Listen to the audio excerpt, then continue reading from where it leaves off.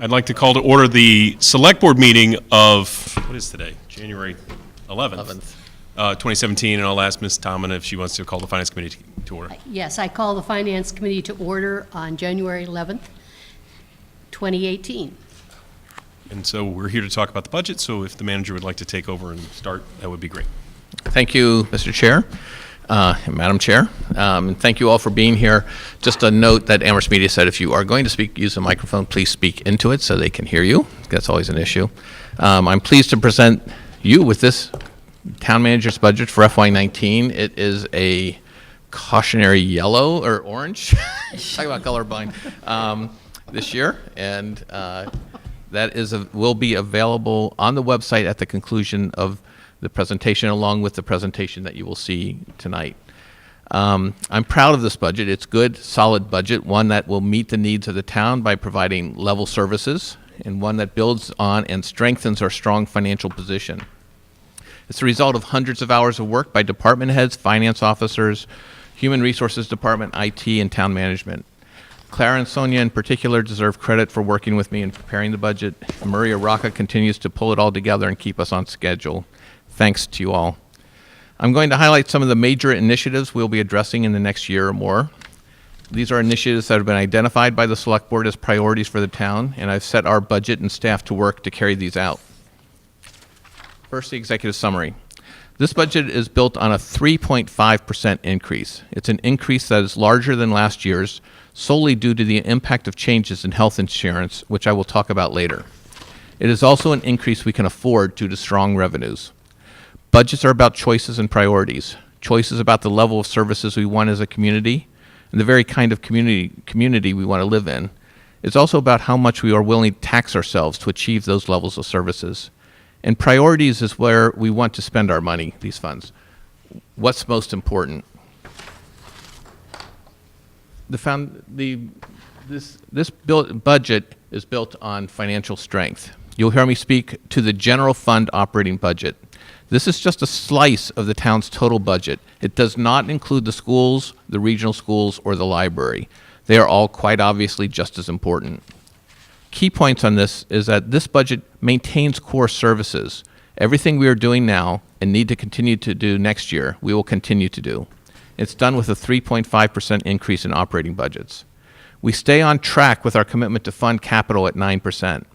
Our ultimate goal is to fund capital at 10% with 0.5% increases every year. We're doing that again this year.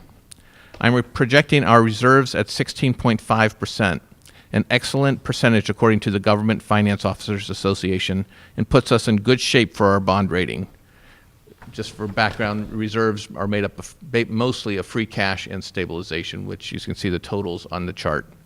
And we continue our commitment to meeting our OPEB obligations. OPEB is an acronym for Other Post-Employment Benefits, which basically means the health insurance that we pay for retirees.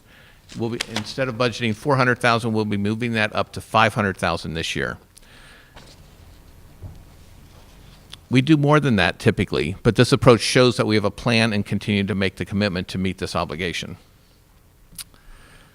Also included in this, I think we can go, that's right. Also included in this increases are all contractual payroll commitments, increases for health insurance, and a reserve for union contracts not yet settled.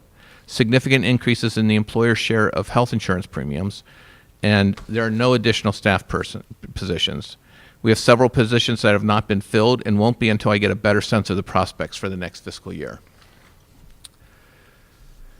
There are two major driving factors in this budget. First is our revenue growth is very strong. Property taxes are up, mostly driven by strong growth. Growth means new construction, like the new buildings that you see downtown, plus the sort of normal growth that we see with porches, additions, kitchen renovations, things like that. Also, our local receipts are up 4.3%. Local receipts is money that comes in that we collect locally, like motor vehicle excise taxes, permit revenues, things like that. The second driving factor, so our first driving factor is revenues are strong. Our second driving factor is that employee health insurance has required us to allocate more funds to operating budgets, which includes the schools, libraries, and town. So those are the two big things we're going to be focused on today. And I also want to point out that this is a budget that was going to require work this year. Last year was a steady as she goes budget, but I think this one, over the next few months, we're going to continue to revisit it over time as we get more information coming in. As our forecasts firm up, we will know more in a week or two about what the state is going to do, and those types of things. As that information comes in, we'll know where the schools are and libraries are. So it's going to be a work in progress, I think. So, onto the big picture. I'm going to change it up this year because I wanted to start with some of the big initiatives, the priorities the Select Board and I have identified for the next fiscal year. Of course, many of these are already underway or will be shortly. The first big one is sustainability. While we've done some exciting work in the area of sustainability, for instance, we just had a community meeting last night organized by our sustainability coordinator, Stephanie Ciccarello, on the newest version of the solar installation on the North Landfill. We as a community have not taken a comprehensive and coherent approach with identified challenges and articulated goals on sustainability. Climate change is here, and how we respond to it through policies and actions that address a sustainable future and resiliency in our operations will cement our legacy. Many residents and groups are already working in this area, groups like Mothers Out Front, which we've heard from many times. It's not a quick or easy topic. It's a big conversation, but it's one we need to have. I want to embrace the philosophy of sustainability in our decision-making on all levels, from reducing energy use to making wise purchasing decisions to thinking long-term about financial decisions. Specifically, we will need to aggregate our work in this area around some sort of sustainability working group. This is one of those things I'll be discussing with the Select Board. The second big project are roads, sidewalks, and crosswalks. Anyone who drives our streets or walks on our sidewalks knows we have a lot of work to do here. Our DPW does a fabulous job of doing what they can, especially with the snow removal. I think they deserve a lot of credit for the last few weeks of the work they've done, especially on Christmas Day. We have millions of dollars in backlog projects. Additional state aid is one answer, and I will continue to press for that. But I believe we need to invest more in our paved infrastructure. This builds on a general goal of sustainability and being a walkable, bikeable community. We already have projects lined up for this construction season. For instance, we will be rebuilding the bridge at Puffer's Pond. The DPW has surveyed every road in town and is reviewing the data that came from this on-site review. The Transportation Advisory Committee, or TAC, is up and running and establishing protocols for how it wants to address issues. For instance, they just went through a process to get input from everyone about the standard crosswalk design for the town. Once that's been adopted by the Select Board, we will know exactly what every crosswalk should look like when we go to build it. Makes everything a lot easier. How we build is equally important. We have committed ourselves to using the complete streets approach as it applies to Amherst. In fact, we made it one of our primary areas that we identified when we joined the Governor's Community Compact Community Program. This will be my highest priority in the capital plan. Again, watch the Select Board's agenda for when we deliver our report on paving. The next big area is investing in built infrastructure. Every generation that has lived in Amherst has paid it forward by addressing the building needs of the community. By my calculation, the town has not built a new town building nor made major renovations in 20 years, when this building was renovated. There have been investments along the way, of course, but I'm talking about big investments. It's clear that we need new DPW and fire facilities. It's a wise decision to do this, one that will extend the life of our equipment and ensure our employees are working in decent conditions. It's the right thing to do. We are well situated financially to take them on. There are other needs, schools, libraries, etc., that we know we have to address as well, but this is the town budget, and I'm articulating the town side needs. And we won't be forgetting that many of our existing buildings have maintenance issues that we need to address. Our new facilities director, Jim McPherson, who started just last week, has already begun to bring these issues to my attention. Planning for the future. The town has an excellent set of plans for the future. The master plan, transportation plan, housing plan. These plans truly serve as the guidelines for decision making. One missing piece is an economic development plan. Our economic development director, Jeff Kravitz, has secured a grant to develop this plan, which will help guide our decision making going forwards. Also moving forward, our highly professional planning and economic development staff will continue to engage the community as we develop a shared vision of the development of our downtown and village centers and focus our attention on affordable housing to ensure we stay a diverse, affordable community. Now on to health insurance. In many ways, health insurance is the primary driver of this budget. We have had to implement 3 increases in our health rates this fiscal year. Each increase was with the recommendation of the Employee Insurance Advisory Committee. Now, this is a 14-member committee that's required by state law. It's made up of representatives from every bargaining unit in the town and in the schools, and non-union representation and retirees. So it's a big committee, but it's a really good committee. Many of them have a lot of experience working on the trust. The trust, as most of you know, is a joint venture of the towns of Amherst and Pelham and the Amherst Regional School District. We're self-insured, which means we take the appropriation from the various entities, the 2 towns in the school district, combine it with the deductions we take from the employees' paychecks, and use these funds to pay our health claims. It's not insurance by the typical way you think about insurance, is we're just paying our claims out. The employer, the 3 entities pay either 75 or 80% of the cost of a plan, depending on the plan selected, whether it's a PPO or an HMO. When we raise rates, these increases impact our employees, of course, because it's money that is taken directly out of their paychecks. But the increases have a sizable impact on the budgets of the towns of Amherst and Pelham, the Jones Library, and the schools. Why is this hitting now? We will continue to discuss this issue in greater detail with the Select Board, but the short explanation of why is this. We are self-insured.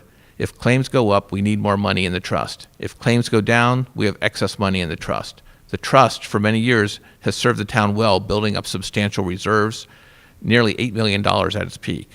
In recent years, however, a very large number of very large claims have hit the trust and has created a funding gap. I believe that with the recent increases implemented last week, we should be balanced by the end of the year. Unless a new claim comes in tomorrow, we don't know. We're self-insured, we pay the claims that come in. What are we doing about this? I formed a working group of employees from the Insurance Advisory Committee and the town fiscal staff to address changes that we can make to help fix this situation. Many of the items involve collective bargaining. That's why it's important to have the employees at the table. Some don't, and everything is on the table. It has to be. It's a big issue for us. The next big issue that we'll be facing next year is fire staffing. Our consultant has completed the fire staffing study to determine appropriate staffing levels for the fire department. We have a small group of fire department leaders and fiscal officers, Claire and Sonia, who are going to be working together to review the study in the context of the entire operations of the fire department. These conversations are being conducted with an eye toward the decisions the town of Hadley is going to be making regarding the contract they have with the town of Amherst. We provide ambulance services to the town of Hadley. They provide us with a contracted amount, plus we collect the revenue from the transport of their patients. If Hadley decides to use a different service, we will, of course, be reevaluating this part of the budget, especially the revenues. And note that if things are as they are now, I have shown 2 additional firefighters as the highest need of the town, should funds become available. So we're looking at greater efficiencies always in our budget. An excellent example of this is at LSSE, where Barb Bills, our new director, has analyzed current staffing and made changes that have reduced the administrative staff of the department. Comptroller Sonia Aldridge recently went out to bid for our property and casualty insurance and saved all the insured entities, the schools, the town, the library, and enterprise funds, a collective $100,000. Treasurer Collector Claire McGinnis is evaluating the economics and value of moving toward contracting out the town's ambulance billing task. Assistant Town Manager Dave Zomack is working with the Select Board to finalize a surplus property policy that would identify surplus property and establish a procedure for selling it. And Police Chief Scott Livingstone has revived the discussion about regional dispatch. It's in the very early discussion stages on a modified scale, but it's something that might work out for us. This last one is something that you may have never heard of. I know the Select Board hasn't. It's wanting to become an age-friendly community. Now, when you think about age-friendly, I look at this as a community as sort of a barbell community. We have a lot of young people, college student age, and then we have a lot of older people who live in the community, and we share the same space. Building a community that serves both the young and the old is a challenge. Going forward, I believe we need to focus on making this town a great place for seniors to live active lives, to be able to age in place and walk the sidewalks without concern of tripping, for instance. It also means looking at our recreation facilities for the youngest members of our community. We're working on large parks like Groff Park, but there are also opportunities to see smaller playgrounds tucked into existing space. So those are the big projects, but we're also doing a lot of other things that you'll see going along the way. These are projects that have already been funded, but they will be taking up a lot of staff time in the coming year. These are high-profile projects. For instance, the renovation of the North Common, probably the most treasured piece of public real estate in town, which along with will be done with along with the reconstruction of the Main Street parking lot. The renewal of Groff Park to accommodate active play areas such as a playground and spray park, locating and developing a dog park, which we hope to have a grant to do once a site is located, permitting and constructing a solar array on the north landfill and environmental mitigation efforts on the south landfill, installing new bike share locations, and to assess the future plans for Puffer's Pond, Cherry Hill Golf Course, and the water system supply and resiliency. Each of these deserves a slide on their own, but watch the select board meetings. It's when you'll be talking about each one of these things or updating that board periodically. So those are the big projects we're doing. It seems to be a lot. It is a lot. And the question is, how are we going to be able to do these things? So the first thing is to go to our operating budgets. When you look at our operating budgets, our first step is to look at how much money is coming in. Most of our revenue comes from local sources, property taxes and local fees, which I've already talked about. 2.5% increase in property taxes, which is what's allowed under Prop 2.5, which we estimate conservatively. 2.5 builds on the growth from the prior year. New growth is important. While we normally project new growth at about $600,000 a year, this year we are comfortable projecting $830,000 a year. This is primarily due to the new construction of 1 East Pleasant Street, the new big building downtown. That development alone will generate hundreds of thousands of dollars of tax revenue annually, which will go to support our existing operations. The prior property generated about $26,000 in revenue. Together, the 2.5% in the new growth equates to about a 4.3% in tax revenues. State aid, which is 20% of our budget, we look to go up about 1.8%. We're estimating 2.5% for general government aid. It is an election year, so we hope that they'll meet that, and about 1% in Chapter 70. But again, we'll see what happens at the legislative level on this one. It's a big piece of our budget, 20%, so what they do is important. So I'm optimistic, actually. Then in our enterprise funds, there will be no increase in water rates, and sewer rates will increase, or we're recommending to the select board increase by 4%. Now on to the budget. It's my proposal to you for how the town should spend its money. This slide gives a snapshot of the increases in the various accounts. General fund up 3.5%. The enterprise funds are shown. The big increase in the transportation fund, which looks like 13.7%, is a capital request to repave the Main Street parking lot, which will be done in conjunction with the North Common renovation. This additional appropriation will be offset by increased parking revenues, which the select board did earlier this fiscal year. So there's more money coming in, and so we're going to be taking that money and investing it into making our parking lots better. In the general fund, we're about people. Go to the next, yeah. And we must invest in people to ensure that we attract and retain the best. Our salaries remain competitive, so we truly attract the best and brightest. The budget includes all contracted increases plus an allowance for those contracts not yet settled. It includes the town's share of the employee health premiums. The next two are two pie charts. The one on the left shows our budget and how it's spent. 84% of our budget is spent on people's, I can't read it, 66% on personnel and 18%, whatever it is, on employee benefits. The second pie chart shows where our money is going, with public safety making up 44% of the budget, general government making up 33%, public works 10%, and so on. Now, I want to run through the budgets, which will receive intense scrutiny from the Finance Committee starting a week from tonight, actually. Public safety.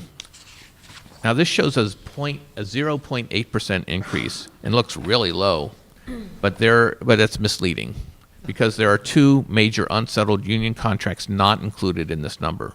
The funds are included as part of a reserve in the general government account, which makes that look higher than it otherwise would be. I have assumed status quo with the town of Hadley. If that changes, our revenues will be impacted.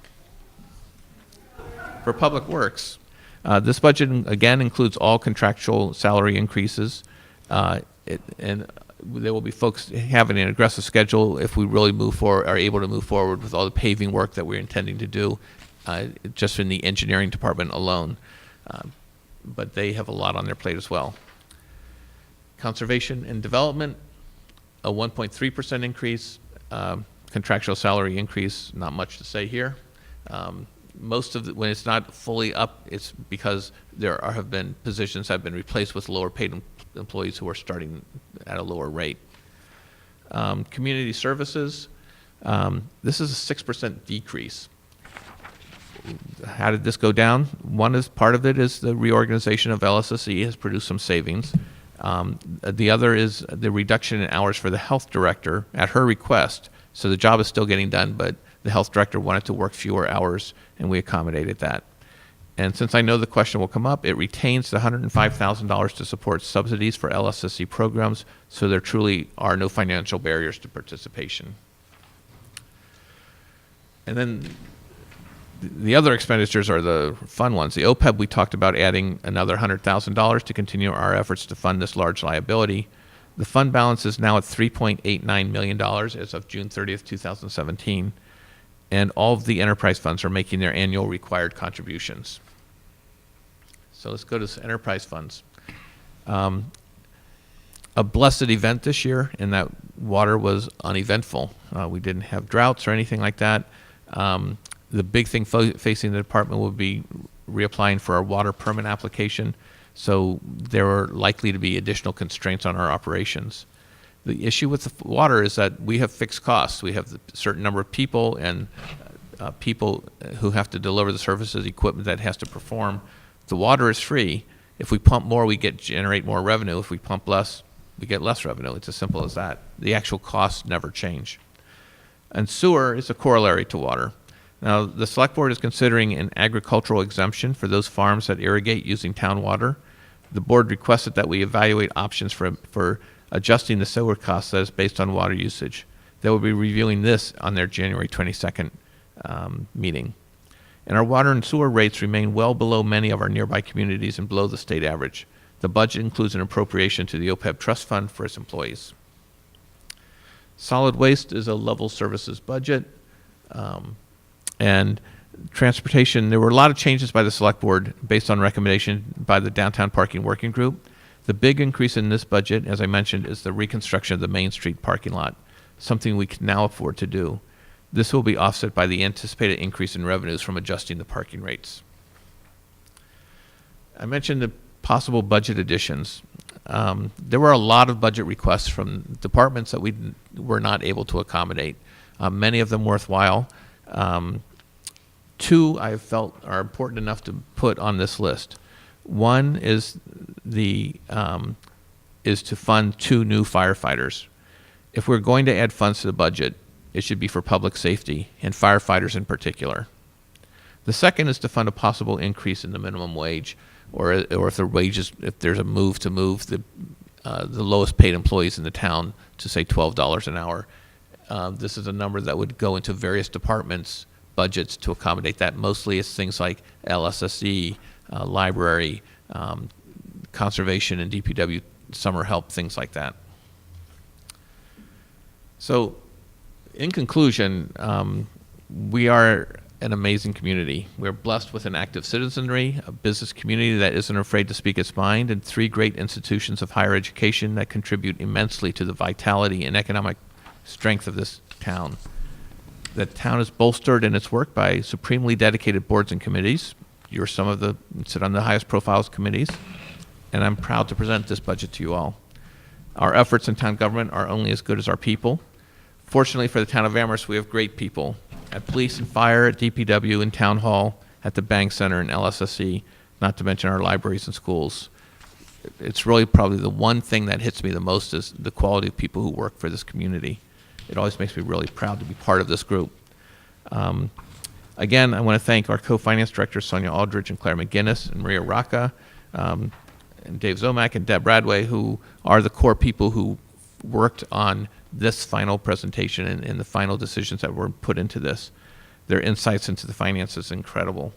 And most importantly, their memories for what has been done in the past is even more important, because I don't have that.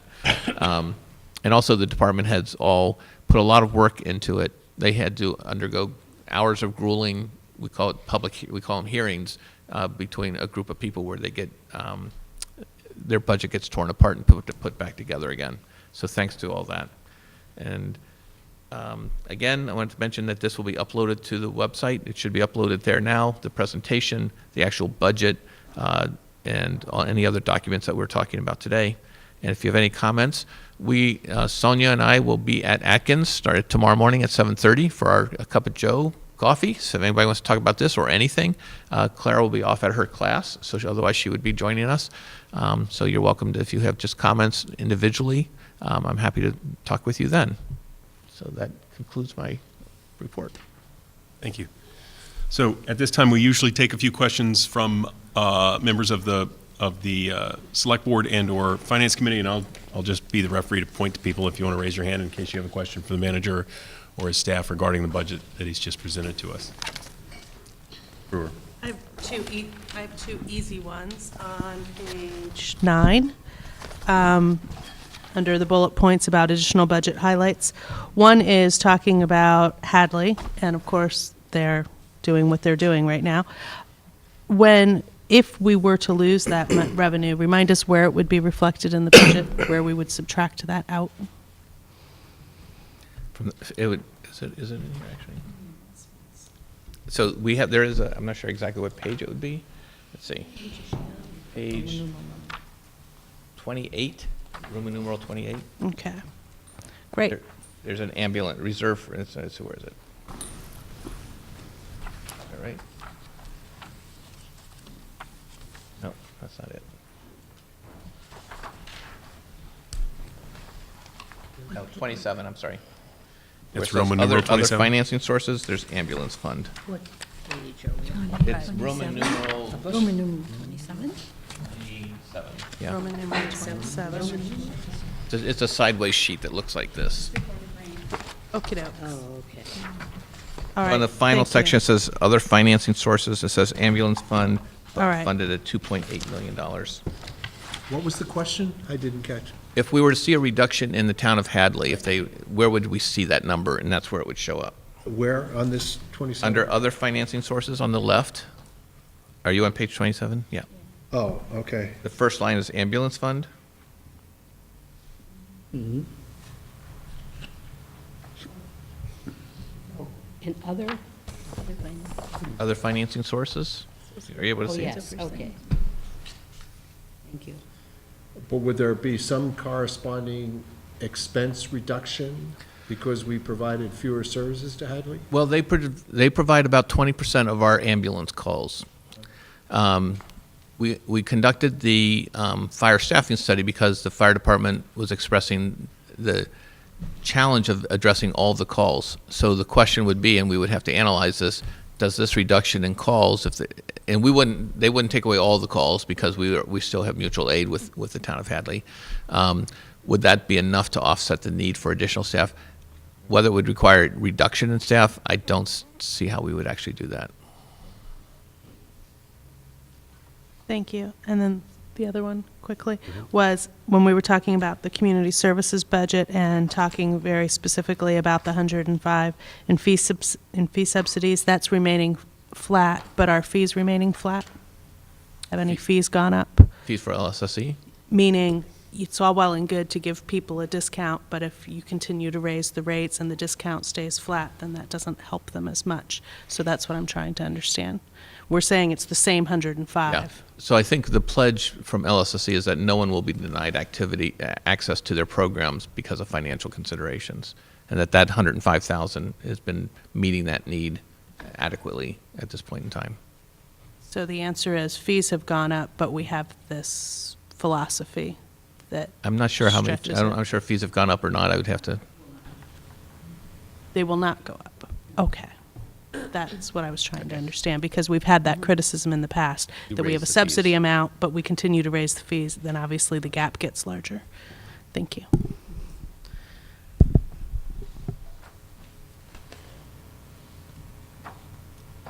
There are other questions?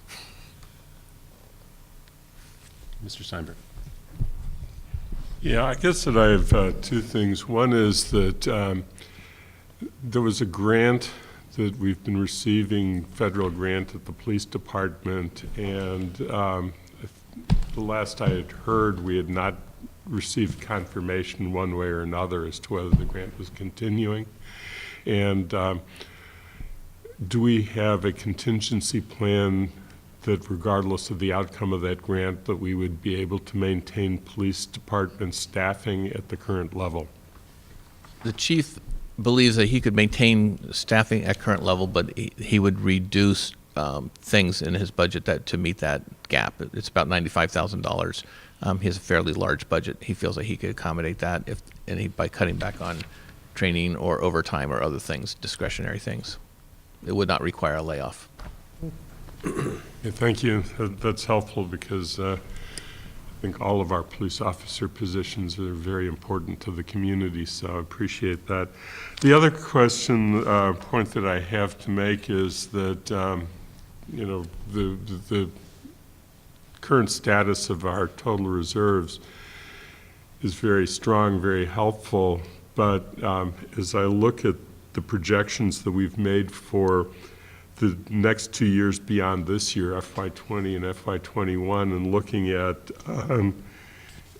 where it shows on page 27 Roman numeral in the budget, which is the appendix to the Finance Committee report, we're not projecting any increase of significance, actually any increase in state aid, and little in local receipts. So I just wonder if you have any thoughts about the need to plan for future reserve policies that would either accommodate those 2 years so that we can maintain the services that our community needs in those 2 years, and also how the capital expenses that you outlined earlier in your presentation fit into the question about the policy that we should be looking at in regard to the reserves. Mm-hmm. So our reserves are strong, and it was purposely done over a number of years to build those reserves in anticipation of the major capital projects that the town had facing it. We typically don't project out increases in state aid because we just don't know. And the most conservative approach is to say, assume we get what we get and hope that we get what we get. That's the other thing, is it could go down, we never know. So I think that's the conservative approach. The fact that we have capital reserves allows us to look at some larger investments like roads and things like that that we think are important. And so that's why I felt strongly enough to identify that as a high priority. Thank you. Mr. Neal? Yes. I was just, apropos to the potential new projects, particularly this, I'm assuming this budget assumes that neither the fire station nor DPW will be online in this fiscal year, or the projected FY19. Therefore, any projected operational savings because of those projects is not reflected in the budget. Right? That's correct. They would not be online this year. And you just don't know that yet. I mean, that's going to be a big part of the discussion regarding the projects, right? Right. We would want to start building that into these out years, but the idea is to get feasibility or funds at this Springtown meeting for feasibility and get an appropriate. In order to do that, we need to have a site selected, and then next year, that takes about a year, and then next year start to look for design money. So we're several years out. Mr. Kubiak?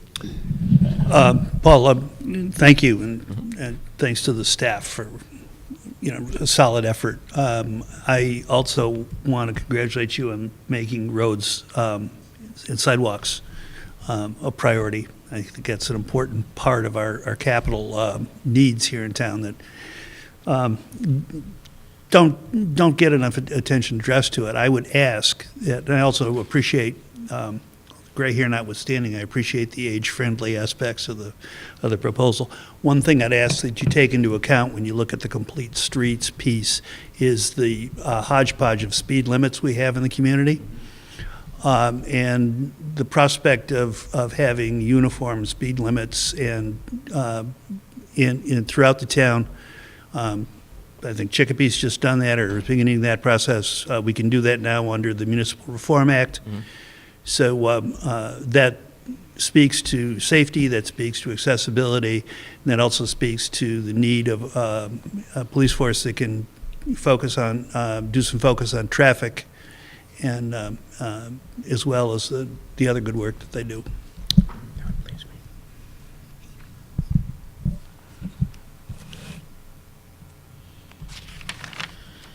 Any other questions?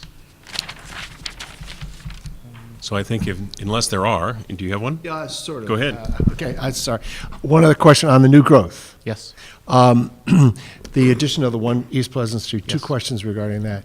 Do you anticipate other, like, major projects coming online that I just, for the life of me, I can't think of at the moment, that might be even beneficial but aren't included in this budget?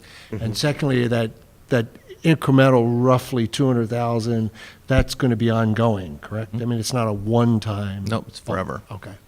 Additional projects, it depends on what gets permitted. There was the Amherst Motel project that was approved, but that's under litigation now, so I'm not sure what their time frame is. The North Square at the Mill District project has been approved.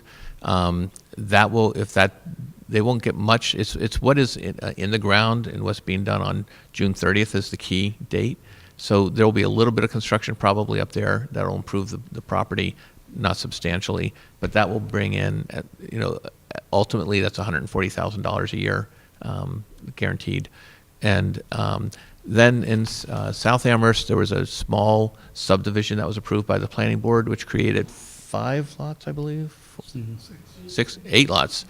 So each of those, that parcel which were previously just land is now all buildable lots, which can be taxed at buildable lots. I think those lots are bringing in, just as buildable lots, about $16,000, and that's all real this year. That's why the assessor was pretty confident in the number. So I guess the important point on that is that land use decisions, construction like that, makes a difference to our budget. So we can weather a situation like this and invest in our things that we think are really important because there's additional money coming in from development. And it's not the only reason to do development, and development has to be right, but development also serves a financial purpose for the town.